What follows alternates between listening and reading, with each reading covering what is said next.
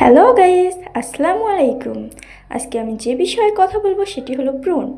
একটা সুন্দর ত্বকে ব্রণ হওয়া স্বাভাবিক, কিন্তু যখন বাইরে বের হওয়ার পরে অনেকে জিজ্ঞাসা করে তোমার মুখে কি হয়েছে, এটা কিভাবে হলো, ইত্যাদি ইত্যাদি, তখন অনেক খারাপ লাগে। তো ব্রণ দূর করতে চাও, তাহলে এই কাজগুলো একদম করো না। ব্রণ চেপে ধরা বা খোঁচাখুচি করা যাবে না, কারণ এর ফলে দাগ ও ইনফেকশন হয়। মুখে বারবার হাত দেওয়া যাবে না, কারণ হাতের জীবাণুতে ব্রণ বৃদ্ধি পায়। নোংরা বালিশ বা তোয়ালে দীর্ঘদিন যাবৎ ব্যবহার করা যাবে না, কারণ ব্যাকটেরিয়া জন্মে থাকে। অতিরিক্ত ফাস্টফুড ভাজা পোড়া খাবার খাওয়া যাবে না, এতে ত্বক আরও খারাপ হয়েও যায়। ঘুমানোর আগে মুখ না ধুয়ে ঘুমানো যাবে না, কারণ মুখে তেল আর ময়লা আটকে থাকে। এই অভ্যাসগুলো ত্যাগ করো, দেখো ব্রণ নিজে থেকেই কমবে। আর পরের ভিডিওটি হবে ব্রণ দূর করার ঘরোয়া টিপস।